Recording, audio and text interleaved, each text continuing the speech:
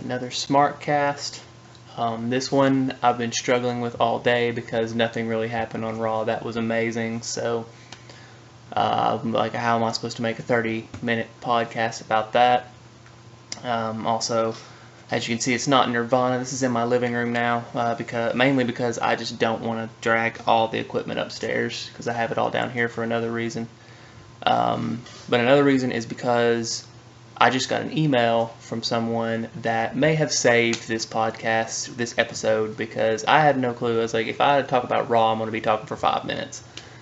So he sent me, this guy Jason just sent me an email that I wanted to get to right away because it was a good question. The email was, I've heard it a bunch of times, but pretty much Jason's growing sick of the product that WWE is producing. Understandable. But the question he asked, he said, I wouldn't mind if you went on one of your rants answering my question. Question was, is the WWE dying? That is an excellent question. Do I think it's dying? No. I don't think it's dying. But it has definitely suffered a catastrophic heart attack. I find myself each week as it goes along since WrestleMania growing less and less interested in the product. They aren't bringing anything new to the table. They aren't bringing anything interesting to the table. The biggest thing they have right now, and it is interesting, is the whole Seth Rollins turning on the Shield. That was cool, but the problem I have with that is that it's one storyline, and you need more than one storyline to make a good product. They're focusing so much on this one thing, and the biggest the sign, the blinking neon sign that said WWE is in trouble, is the fact that since WrestleMania, for the past 2-3 months since WrestleMania, the two main storylines have been Bray Wyatt and John Cena and Shield and Evolution, and neither of the two main storylines have featured the world champion. And that's a problem. When your two greatest storylines don't feature your champion, that means that you either don't care about your championship, or you just can't think of anything to do with it. Which is crap, especially when you have someone like Daniel Bryan as the champion, who is no longer the champion. I'll get to that here in a minute because it doesn't make any sense. It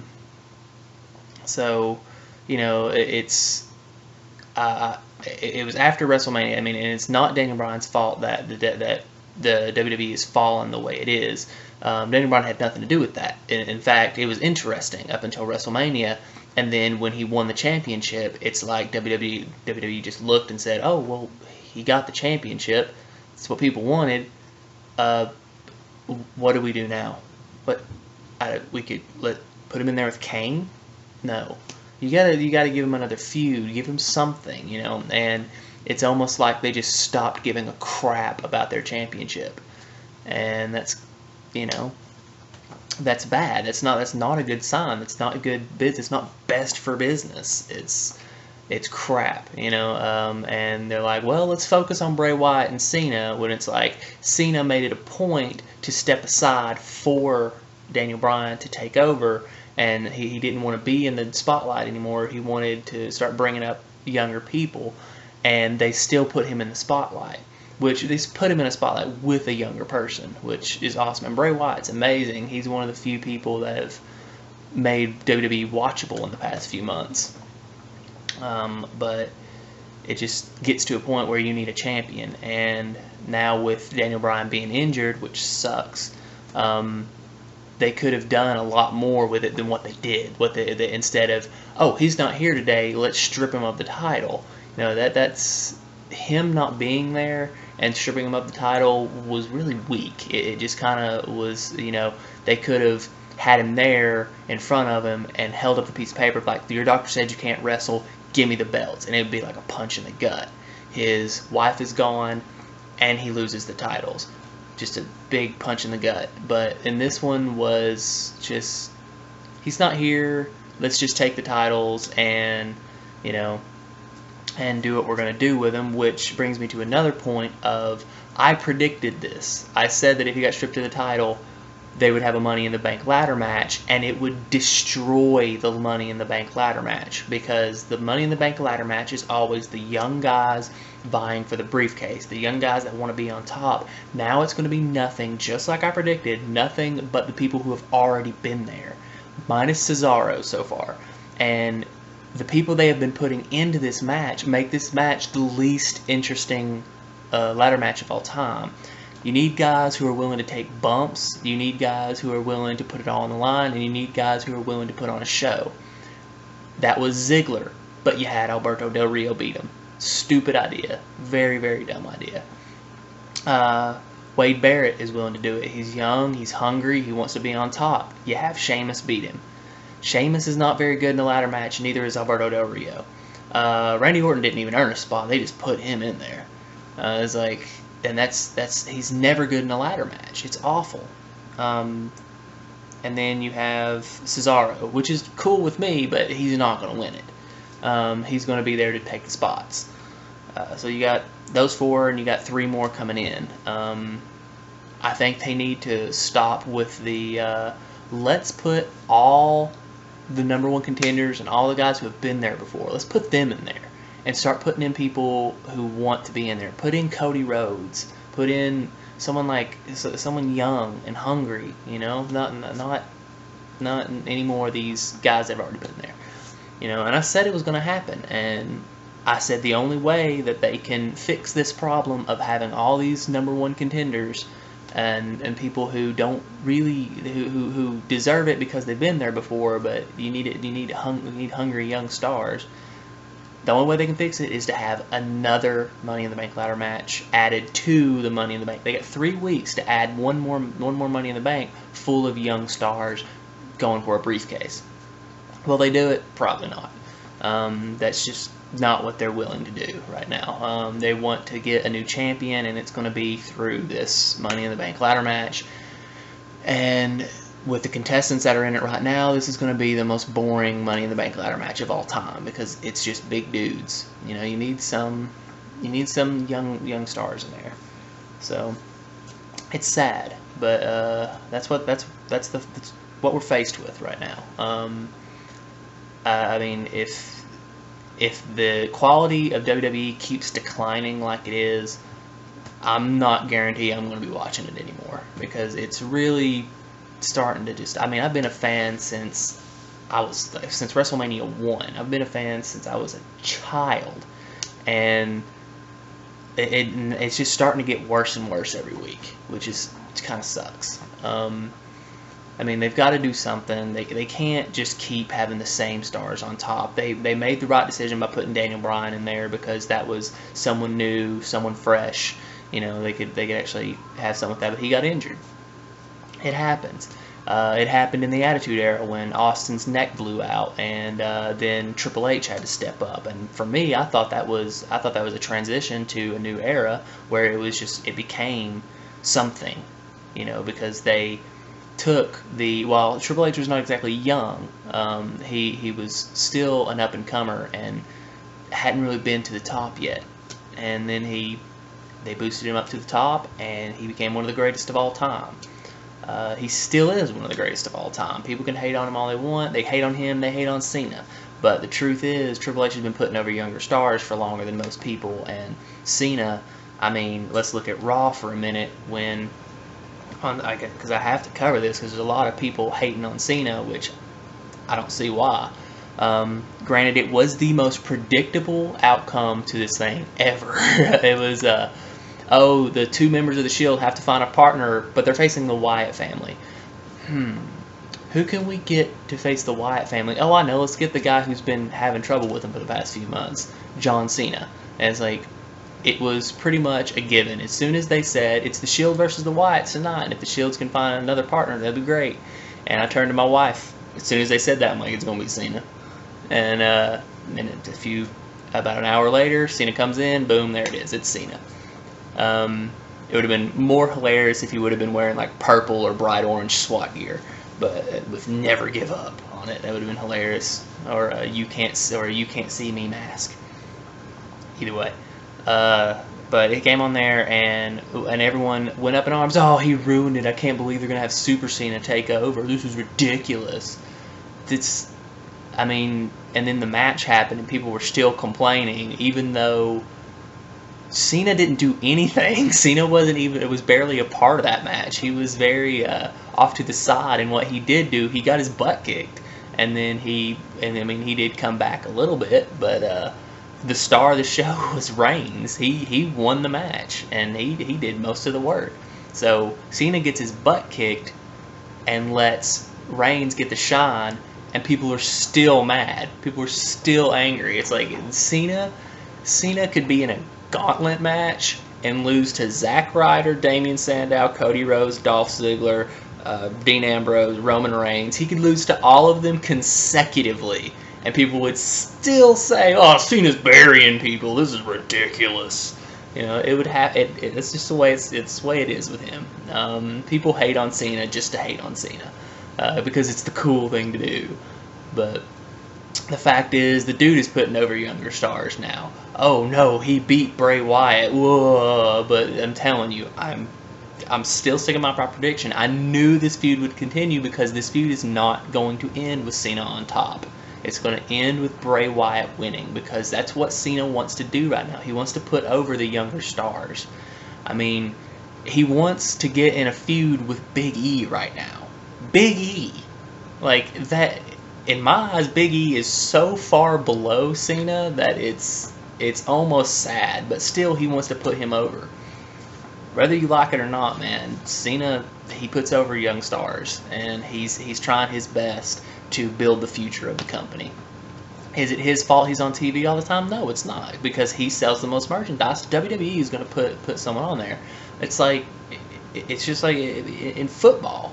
I mean, Sherman playing for the Seahawks or whatever, or Peyton Manning playing for the Denver Broncos.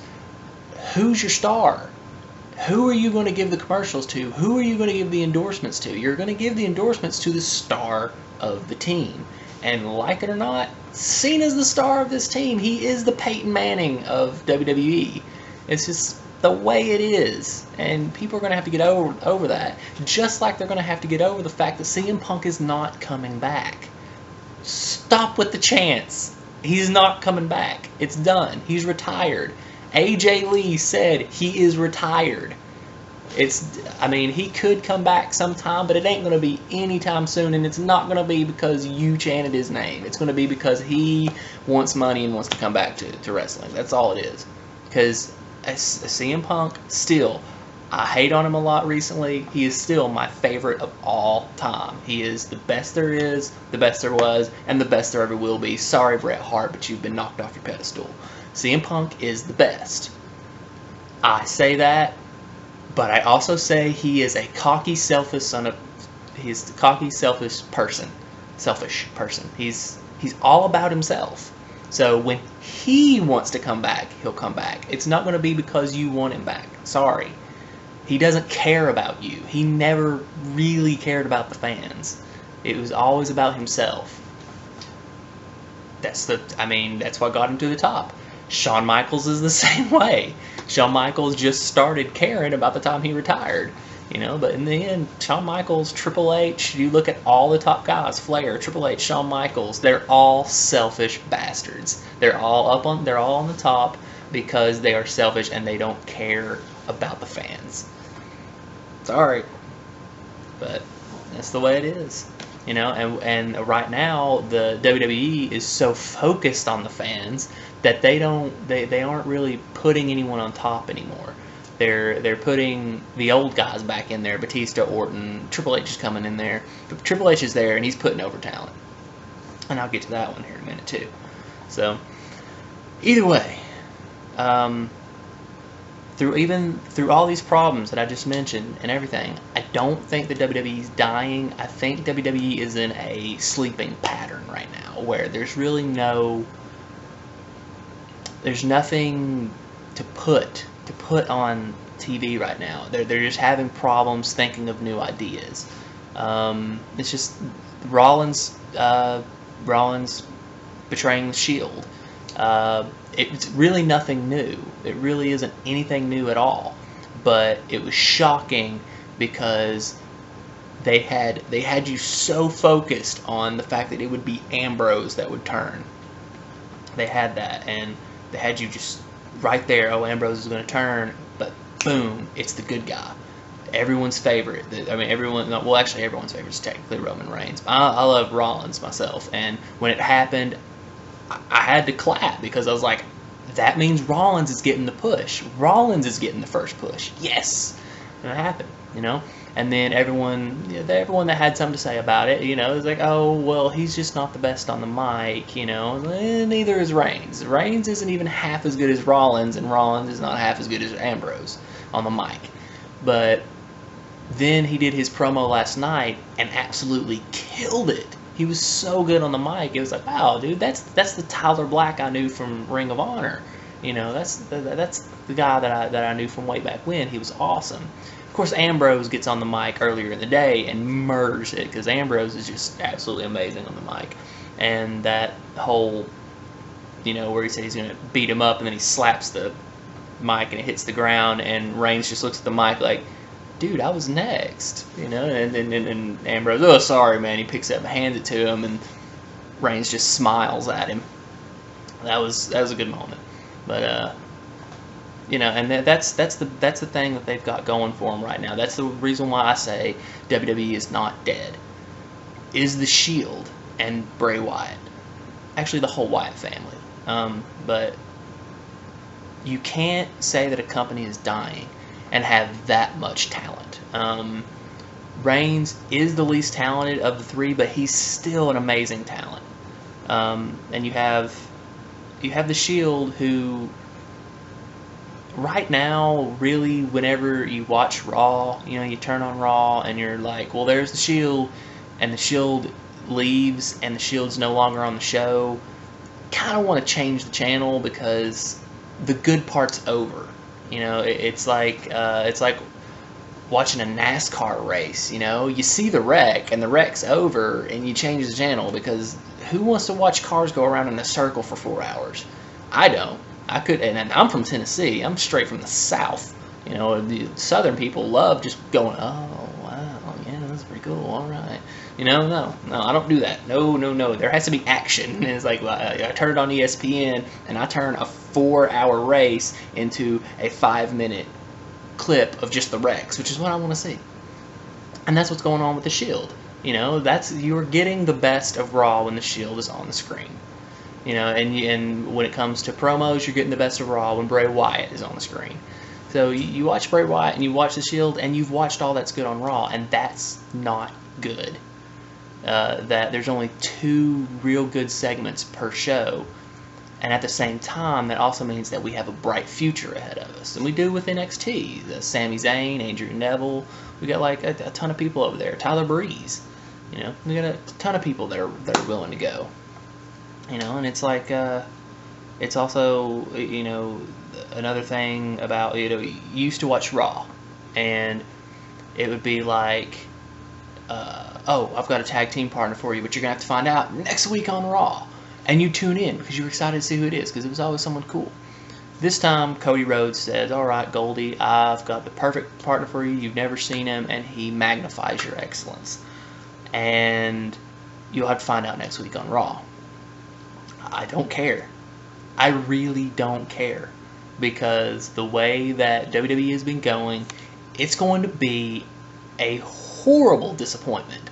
It's going to be like Tyson Kidd in a mask or something like that. It's going to be just ridiculous. It's going to be Ryback or Curtis Axel or Ted DiBiase or something stupid. It's not going to be the most amazing thing ever, and it's going to fail, and I just wish they would cut this crap and have Cody versus Goldust. Just that's what I want to see. I know I don't know if that's where they're headed, but if they are, this is a really slow burn, and I'm tired of waiting on it. So, no, I don't care about that. I don't care who Goldust's partner is going to be next week. This whole thing is stupid. The R-Truth thing was dumb, and we all know where it's headed. It's headed where they're going to lose, and Goldust can't find another partner. Whatever. So let's fast forward all of that. Let's fast forward past the Divas division now, because now they're focusing so much on Alicia Fox and leaving Paige out in the cold. Yeah, Paige wins, but it's just like, then they let Alicia Fox go on a 5-minute tangent. They let her tangents last longer than the matches, and that's just ridiculous. I'm pretty much giving up on the Divas division, and that sucks too, because they have really good talent. I'm going to stick to NXT for a while.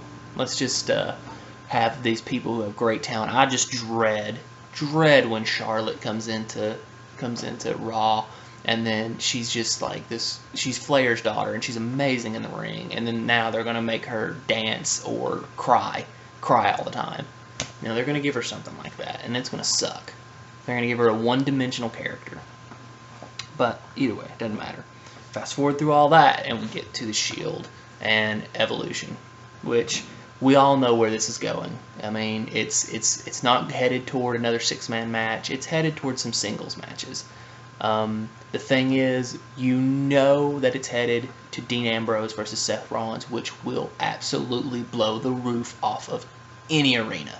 That'll be an amazing match. I'm very excited. The thing that I don't know where it's going is, where's Reigns going? Is he going? I know it's going to end up at WrestleMania, Reigns, and maybe not WrestleMania, maybe SummerSlam.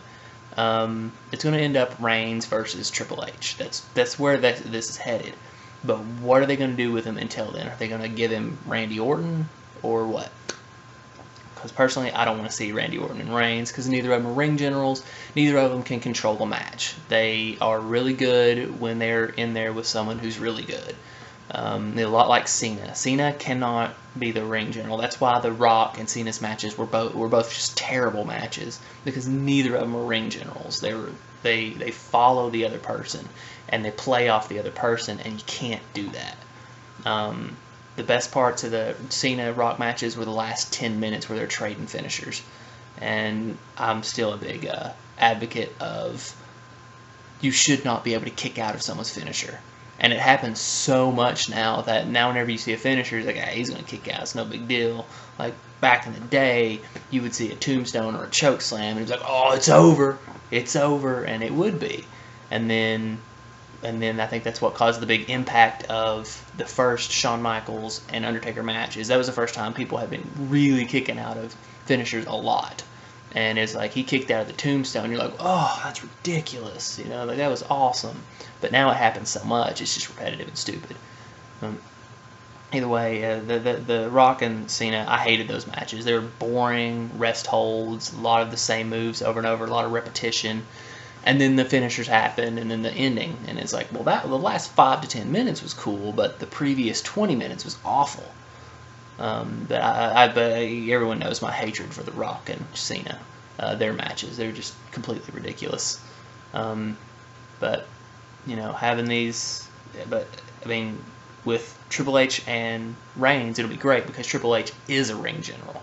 Triple H can lead a match. A lot of people like to doubt Triple H's in-ring skill, but he's actually really good. And it's going to end with Reigns winning it, because they're wanting to put Reigns over as this amazing entity, this amazing, just, he's the best there is, you know. And good old Joe over there, Roman Reigns, his real name is Joe, and they're going to put him over. He's going to be on top one of these days. I still say that he'll be champion maybe within a year, maybe. I'm hoping Bray Wyatt gets the nod first, though, because Bray Wyatt deserves it. I just wish that they would kind of, maybe next Raw, have that John Cena versus Bray Wyatt, whoever wins gets into the Money in the Bank ladder match, or have that be on the Go Home Raw, like the last spot. It's either going to be Bray Wyatt or John Cena, and then they can kill 2 birds with 1 stone by having Bray Wyatt win clean, beats John Cena, done, over, that feud's done, and then that leads Bray Wyatt into the Money in the Bank to where he wins it. That would be my best case scenario, is Bray Wyatt wins the belts at Money in the Bank, because he is the only other person that can be an interesting character in my eyes. There is no other. I mean, Cesaro would be great, and Paul Heyman being the advocate and all that. That'd be wonderful. But I think Bray Wyatt as champion would be the best route they can take right now. With Brock Lesnar being gone, because Brock Lesnar is pretty much the only person that really deserves a title shot, because he did break the streak, and that's however, Bray Wyatt was the last person to really beat Daniel Bryan clean. So I don't know. I just think that Bray Wyatt would be the best. So this whole 25-30 minute podcast has been on if WWE is dying. I don't think it's dying. It is. I will admit that it is getting a little boring, and I'm starting to be less and less interested in it. I'd rather watch hockey. The Kings and the Rangers games have been, but the Kings and the Rangers games haven't been great. The Kings have been stomping all over the Rangers, but it is what it is right now. We're in a lull. We have this sometimes. WWE has not always been great. There were little chunks in the Attitude Era that kind of sucked. There were chunks in the Ruthless Aggression Era that sucked. There were major chunks in the '90s era with Hogan running the show that just were terrible. And there were chunks in the New Generation era that sucked. It just so happens that the chunk that sucks happens to be the start of a new era, and that doesn't look good. This new reality era. It just doesn't. It doesn't look good to have the reality era start off so poorly. Which it didn't really start off poorly. It's starting off slow. Like having Daniel Bryan win the title at WrestleMania, however predictable it was pretty cool. And having Undertaker lose the streak was a moment in WrestleMania history that'll never ever be forgotten. I don't care what anyone says. I think that's the most shocking moment in wrestling history. Just that's the most shocking moment. But anyway, no, not dying. Just maybe on life support. Or had a huge heart attack. I've seen people survive heart attacks before. I've seen people bounce back and be cool after heart attacks. One of my best friends had congestive heart failure and died for 3 minutes or something like that. He's got a pacemaker. He's better than ever. Call him Iron Man. But he's I've seen people survive heart attacks. I know it's hard. Give it time. Be patient. Maybe they'll pull out of it. I don't know. I'm hoping so. This whole WWE network I thought was going to really save the WWE, but it's not going so hot. I mean, there's even rumors that they ain't going to have it anymore. I don't think that's true at all. I think whenever they open the doors up to foreign lands, give it to the UK, give it to Canada, as soon as they do that, it'll boost up and it'll be okay. But they got to do that first. So, thank you, Jason, for your email, because it gave me 30 minutes of material. Let me rant for 30 minutes. That was fantastic question. I had a couple of other questions, but I knew that if I started a rant on that one, I would blow through this 30 minutes. If you want to send me some questions, maybe send me on another 30-minute rant. Anyone want to do that? Jason, could be you. I don't care. It's SmarkCast@gmail.com. I'll put it in the description as usual. And then you have my Twitter, @-Darren, MINUSDARIN. I need to change that to SmarkCast. I'm pretty sure I can, but it's been -Darren for so long. And when I changed my name from Darren to SmarkCast, I changed my actual name. I had a lot of people that I would talk to on Twitter daily be like, who is this? This is like, oh crap. So I can only imagine what would happen if I changed my Twitter, my actual handle. Messed up. Anyway, you can get me on Twitter there. I'm on there every now and then. The weekends I'm not, but that's time with the wife. So, alright, but I'm sorry if I bored you to death, and or whatever, but I had to go on a long rant. Usually people love my rants. But this has been SmarkCast. I am Minus Darren. Thank you for watching.